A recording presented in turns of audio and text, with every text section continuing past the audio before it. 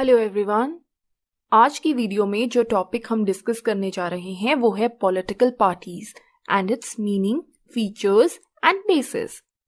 So let's start the video. Starting with the meaning of political party, it is a group of individuals that share the same political ideologies and opinions. Political party individuals का एक ऐसा group होता है जो एक similar तरीके के political विचार शेयर करते हैं या सिमिलर टाइप की पॉलिटिकल आइडियोलॉजी को वो शेयर करते हैं। इसके साथ ही साथ सरकार बनाने के लिए वो इलेक्शंस लड़ते हैं। जो पॉलिटिकल पार्टी जीतती है वो गवर्नमेंट बनाती है और जो जीत नहीं पाती है वो ऑपोजिशन का रोल प्ले करती है। ऑपोजिशन का कार्य होता है सरकार की रॉन्ग डूइंग्स को एक्सपोज करना और उनकी गलत पॉलिसीज को जनता की अटेंशन में लाना। पॉलिटिकल पार्टी का जो प्राइमरी रोल होता है, जो मोस्ट इम्पॉर्टेंट रोल होता है, वो होता है पावर में आना, coming to power and making policies. ऐसी पॉलिसी बनाना जो कि नेशनल इंटरेस्ट में हो, जनता के हित में हो। और वो प्लान्स फोर्स में तभी आते हैं जब वो पार्टी पावर में आ जाती है या सत्ता में आ जाती है। इन्हीं पॉलिसीज के बेसिस पर जनता उन्हें इलेक्ट करती है। अगर जनता उनके कार्य से खुश है तो वो उनको दोबारा इलेक्ट करेंगे, अदरवाइज वो किसी और पॉलिटिकल पार्टी को इलेक्ट करेंगे। आमतौर पर जनता ऐसी पॉलिटिकल पार्टी के लिए वोट करती है जिसके बेसिक आइडियाज और बिलीफ्स को वो खुद पसंद करते हों। गिलक्रिस्ट ने पॉलिटिकल पार्टी की एक डेफिनेशन दी है जिसमें उन्होंने कहा है कि पॉलिटिकल पार्टी सिटीजन्स का एक ऐसा ऑर्गेनाइज्ड ग्रुप होता है जो कि एक जैसे पॉलिटिकल व्यूज को शेयर करता है और जो पॉलिटिकल यूनिट को फॉर्म करके सरकार को कंट्रोल करने की कोशिश करता है। तो वो भी पॉलिटिकल पार्टी के बारे में यही कहते हैं कि एक ऐसा ग्रुप ऑफ इंडिविजुअल्स होता है या ऐसा ग्रुप ऑफ सिटीजन्स होता है जो सिमिलर पॉलिटिकल व्यूज को शेयर करते हैं। अगर वो पावर में आ जाए तो वो गवर्नमेंट फॉर्म करते हैं, अदरवाइज वो ऑपोजिशन का कार्य करते हैं और वो सरकार को कंट्रोल करने की कोशिश करते हैं ताकि वो सरकार पावर्स का मिसयूज ना कर सके। Political parties can be cadre और मास पार्टीज। ये हम टाइप्स ऑफ पॉलिटिकल पार्टीज भी बोल सकते हैं और इसको हम फीचर्स में भी ऐड कर सकते हैं। तो पॉलिटिकल पार्टीज को हम केडर या मास पार्टी में भी कैटेगराइज कर सकते हैं। देखिए, केडर पार्टी होती है एक ऐसी पॉलिटिकल पार्टी जिस पार्टी में एक ग्रुप ऑफ इंडिविजुअल्स होता है जो कि बहुत ज्यादा स्ट्रांग होते हैं। वही पार्टी की सारी पॉलिसीज को डिसाइड करते हैं। बेसिकली हम कह सकते हैं उस ग्रुप का पूरी पॉलिटिकल पार्टी पे कंट्रोल होता है। बाकी जो मेंबर्स होते हैं उनका कोई रोल नहीं होता उस पॉलिटिकल पार्टी में, specially related to decision making. तो हम कह सकते हैं कि केडर पार्टीज ऐसी पॉलिटिकल पार्टीज होती हैं जो कि एक एलीट ग्रुप द्वारा फॉर्म की जाती हैं और वही एलीट ग्रुप उस पॉलिटिकल पार्टी को डोमिनेट करता है। इस तरह की पार्टीज का जो मेंबरशिप बेस होता है वो भी बहुत लिमिटेड होता है क्योंकि डोमिनेशन तो कुछ चुनिंदा प्रोमिनेंट इंडिविजुअल्स का ही रहता है। प्लस ना ही इनका कोई मोटिव होता है कि अपनी पॉलिटिकल पार्टी को एक मास ऑर्गेनाइजेशन बनाया जाए। वहीं इसकी ऑपोजिट होती है मास पार्टीज। नाउ मास पार्टीज का जो एम्फेसिस होता है वो होता है कि कैसे मेंबरशिप बेस को बढ़ाया जा सके, ज्यादा से ज्यादा मेंबर्स इंक्लूड किए जा सके। तभी इनको मास बेस्ड ऑर्गेनाइजेशंस कहा जाता है या मास बेस्ड पार्टीज कहा जाता है क्योंकि ये लोगों से बनती है। इन पार्टीज की मेंबरशिप भी बहुत ज्यादा एक्सटेंसिव होती है और ऐसी पार्टीज का एक स्ट्रॉन्ग इंस्टीट्यूशनल स्ट्रक्चर होता है। सिर्फ सेंट्रल लेवल पर ही एक ऑर्गेनाइजेशन नहीं होती है बल्कि लोकल लेवल्स पर भी इनके ऑफिसेज होते हैं। इनकी कोशिश रहती है कि ग्रास रूट लेवल पर भी लोगों को रिक्रूट किया जा सके। तो इनका नेटवर्क बहुत ब्रॉड होता है। पॉलिटिकल पार्टीज की अगर हम एवोल्यूशन की बात करें तो लगभग इनका जो एवोल्यूशन है वो अराउंड 18th सेंचुरी हुआ था। इसमें भी काफ़ी हद तक श्रेय यूएसए को जाता है। जब यूएसए का कॉन्स्टिट्यूशन अराउंड 1787 रैटिफाई किया जा रहा था तब दो ग्रुप्स बन गए थे, एक थे फेडरलिस्ट और दूसरे थे एंटी फेडरलिस्ट। यहीं से शुरुआत हुई पॉलिटिकल पार्टीज की। पहले एग्जिस्टेंस में आई केडर पार्टीज और लेटर ऑन एग्जिस्टेंस में आई मास पार्टीज। मास पार्टीज एग्जिस्टेंस में आई अराउंड द 20th सेंचुरी। तो ये था पॉलिटिकल पार्टीज का एक जनरल इंट्रोडक्शन।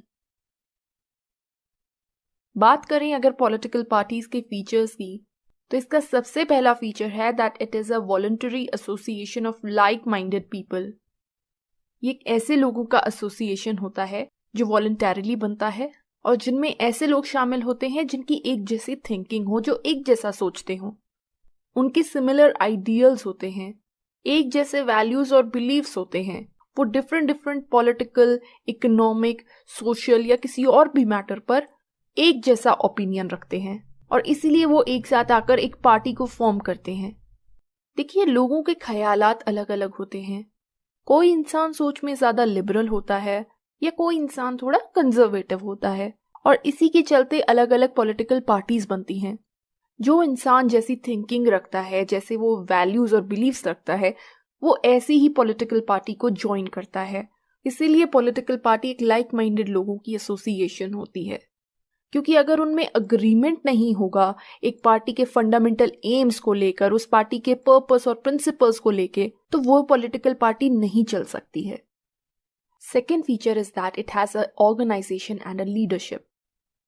पॉलिटिक्स में एक प्रॉपर ऑर्गेनाइजेशन के बिना अचीवमेंट हासिल करना बहुत मुश्किल होता है। It is not possible. Political parties का एक प्रॉपर ऑर्गेनाइजेशन होता है, एक संगठन होता है, और ये जो संगठन है ये पार्टी को एक यूनिटी प्रोवाइड करता है, स्ट्रेंथ प्रोवाइड करता है। पार्टी के अपने हेडक्वार्टर्स होते हैं, उनके इंपॉर्टेंट लीडर्स होते हैं, इंपॉर्टेंट पोस्ट होती हैं जिन पर डिफरेंट लोगों को नियुक्त किया जाता है या अपॉइंट किया जाता है। उनके फिनेंसेस का ध्यान रखा जाता है। और यही फैक्ट है जो एक पॉलिटिकल पार्टी को एक क्राउड या मॉब से डिफरेंशिएट करता है, क्योंकि जो पॉलिटिकल पार्टी है ये एक टीम की तरह है जो कि एक लार्ज स्केल पर प्रेजेंट होती है। इसी ऑर्गेनाइजेशन की वजह से पार्टी आपस में कोऑपरेट कर पाती है। कुछ पार्टीज रिजिडली ऑर्गेनाइज्ड होती हैं, वहीं कुछ फ्लेक्सिबल होती हैं। कई पार्टीज में इंपॉर्टेंट पोस्ट के लिए इलेक्शंस होते हैं, वहीं दूसरी पार्टीज में इंपॉर्टेंट पोस्ट पे पार्टी वर्कर्स को अपॉइंट कर दिया जाता है जो मेन लीडर होता है उसके द्वारा। It aims at promotion of national interest. Political party का एम ही ये होता है कि नेशनल इंटरेस्ट को प्रमोट किया जाए, ना कि किसी कम्युनिटी को या किसी क्लास को या सेक्टेरियन इंटरेस्ट को। ये एक बहुत ही इंपॉर्टेंट फीचर होता है पॉलिटिकल पार्टीज का। पॉलिटिकल पार्टीज का आधार कोई रिलीजन या रेस जरूर बन सकती है, लेकिन जब एक बार वो पावर में आ जाते हैं उनको नेशनल इंटरेस्ट के लिए कार्य करना होता है। और यही ऐसा फीचर है जो एक पॉलिटिकल पार्टी को एक प्रेशर ग्रुप से डिफरेंशिएट करता है, क्योंकि प्रेशर ग्रुप्स जो हैं वो सेल्फिश इंटरेस्ट के लिए कार्य करते हैं। Another feature is the use of constitutional methods. Political parties जो हैं वो कॉन्स्टिट्यूशनल मेथड्स का यूज करती हैं, इसीलिए पॉलिटिकल पार्टीज को डेमोक्रेसी का बिल्डिंग ब्लॉक भी कहा जाता है। ये बहुत ही पीसफुल तरीके से पावर के लिए कंटेस्ट करती है। इलेक्शंस के लिए बैलेट पेपर्स या ईवीएम्स का यूज किया जाता है। लोगों का सपोर्ट गेन करने के लिए पब्लिक स्पीचेस का, मीटिंग्स का, डेमोन्स्ट्रेशंस का, परसुएशन का यूज किया जाता है। साथ ही साथ प्रोपेगेंडा का भी यूज किया जाता है। रैलीज के थ्रू लोगों को डायरेक्टली एड्रेस किया जाता है। प्रोसेशंस का सहारा भी लिया जाता है ताकि पब्लिक ओपिनियन को इन्फ्लुएंस किया जा सके। उसके बाद ही जनता डिसाइड करती है कि कौन सी पॉलिटिकल पार्टी को जिताना है, और जो पॉलिटिकल पार्टी जीतती है वो सरकार फॉर्म करती है। Every party has different policies and programmes. हर पार्टी के डिफरेंट पॉलिसीज एंड प्रोग्राम्स होती हैं। जैसा कि हम पहले भी डिस्कस कर चुके हैं कि कोई पार्टी अपनी अप्रोच में थोड़ी कंजर्वेटिव हो सकती है, वहीं कोई पार्टी लिबरल हो सकती है, या हम कह सकते हैं कि एक पार्टी ऐसी हो सकती है जो चेंज के लिए कार्य करे, वहीं दूसरी पार्टी ऐसी हो सकती है जो कहे कि चेंज नहीं लाना है, जैसा है वैसा रहने दो। ये जनता के ऊपर होता है कि उन्हें वोटिंग के थ्रू कौन सी पार्टी को पावर में लाना है। जिस पॉलिटिकल पार्टी के वो पॉलिसीज एंड प्रोग्राम्स को वो पसंद करते हैं, वोटर्स उन्हीं के लिए वोट करते हैं। फिर एक और इम्पॉर्टेंट फीचर आता है, वो है पर्सनालिटी कल्ट। पॉलिटिकल पार्टीज में एक लीडर की मौजूदगी होती है जो कि कई बार उस पार्टी से भी ज्यादा इंपॉर्टेंट बन जाता है, उस पार्टी की आइडियोलॉजी से भी ज्यादा इंपॉर्टेंट बन जाता है। ये एक बहुत ही इंपॉर्टेंट फीचर होता है पॉलिटिकल पार्टी का, क्योंकि कई बार लोग जो हैं उस पॉलिटिकल लीडर के नाम पर एक पॉलिटिकल पार्टी के लिए वोट करते हैं। ऐसे केसेस में तो ये भी होता है कि लोग मैनिफेस्टो पे तो ध्यान ही नहीं देते हैं, एम्स एंड पॉलिसीज पर भी ध्यान नहीं देते हैं। उनका जो सिर्फ ध्यान होता है वो एक लीडर पर होता है जिसकी एक कैरिज्मेटिक क्वालिटी होती है। वो उसकी करिश्माई पर्सनालिटी से प्रभावित होते हैं और उसी के लिए वो वोट करते हैं। जैसे कि इंडिया के पर्सपेक्टिव में अगर हम देखें तो जवाहरलाल नेहरू, इंदिरा गांधी और अटल बिहारी वाजपेयी जैसे ऐसे लीडर्स रहे हैं जिनकी एक करिश्मेटिक पर्सनालिटी रही है। लोगों ने उन लीडर्स के नाम पर वोट्स किए हैं। तो ये तो थे पॉलिटिकल पार्टीज के फीचर्स। इसके अलावा हम इसमें ये भी बता सकते हैं कि पॉलिटिकल पार्टी का एम क्या होता है। इसका एम होता है कि इलेक्शंस लड़के पावर में आना, अपनी एक सरकार बनाना, सरकार बना लेने के बाद नेशनल इंटरेस्ट में कार्य करना। फीचर्स को समझ लेने के बाद अब हम समझ लेते हैं basis for the formation of political parties. Political parties के फॉर्मेशन के क्या क्या आधार हैं, किस आधार पर पॉलिटिकल पार्टीज क्रिएट की जाती हैं।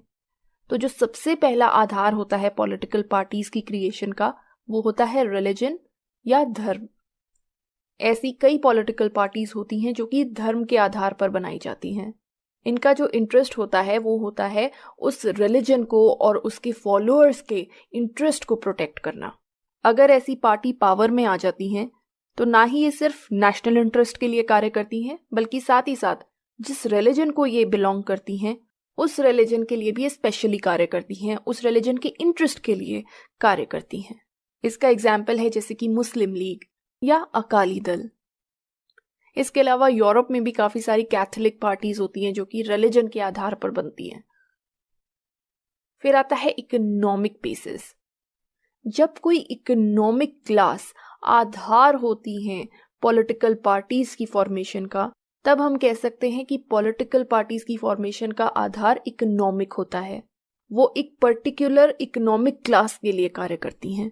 सो लेट्स से अगर कोई ऐसी पार्टी है जो कैपिटलिस्ट के इंटरेस्ट के लिए आई है, कैपिटलिस्ट क्लास के इंटरेस्ट के लिए आई है, तो उस पार्टी का आधार होगा इकोनॉमिक बेसिस। या कोई लेबर पार्टी है जो लेबर वेलफेयर के लिए वर्क करती है, वो भी इसका एग्जाम्पल होगी। फिर आता है रेशियल बेसिस। जब कोई पर्टिकुलर रेस एक पॉलिटिकल पार्टी की फॉर्मेशन का आधार बन जाए, उसे हम कहते हैं रेशियल बेस या रेशियल बेसिस। ये अपनी पर्टिकुलर रेस के इंटरेस्ट को प्रमोट करते हैं। तो जैसे जर्मनी में नाजी पार्टी थी, वो इसका एक एग्जाम्पल है। उनका इंटरेस्ट ही ये था कि अपनी रेस को प्रमोट करना और ज्यूस को देश से भगा देना। That's what racial basis of formation of political party is. उसके बाद आता है पॉलिटिकल बेसिस। नाउ कुछ पार्टीज ऐसी होती हैं जो एक राजनीतिक आधार पर बनाई जाती हैं। तो अगर एक पॉलिटिकल पार्टी है, वो इसलिए बनाई जाती है ताकि उनके देश को अंग्रेजों से फ्री कराया जाए, तो वो इसका एग्जाम्पल होगा, क्योंकि वो एक पॉलिटिकल पर्पस के लिए बनाई गई है। वो पॉलिटिकल पर्पस क्या है कि देश को फ्रीडम दिलाना। और इसका एग्जाम्पल है इंडियन नेशनल कांग्रेस, क्योंकि जब ब्रिटिश रूल था तब इस पार्टी ने फ्रीडम स्ट्रगल में पार्ट लिया था ताकि देश को आज़ाद कराया जा सके। तो हम कह सकते हैं जब किसी पॉलिटिकल पर्पस के लिए एक पॉलिटिकल पार्टी एग्जिस्टेंस में आती है, उसे हम political basis of formation of political parties कहते हैं। उसके बाद आता है आइडियोलॉजिकल बेसिस, जो कि सबसे ज्यादा कॉमन आधार होता है पॉलिटिकल पार्टीज की फॉर्मेशन का। जब एक आइडियोलॉजी यानी कि सेट ऑफ आइडियाज आधार बनते हैं पॉलिटिकल पार्टी की फॉर्मेशन का, उसको हम कहते हैं आइडियोलॉजिकल बेसिस। आइडियोलॉजीज भी अलग अलग प्रकार की होती हैं। राइट विंग आइडियोलॉजी होती है जो कि चेंज के विरुद्ध होती है। देन लेफ्टिस्ट आइडियोलॉजी होती है जो कि अपनी अप्रोच में थोड़ा रेडिकल होती है।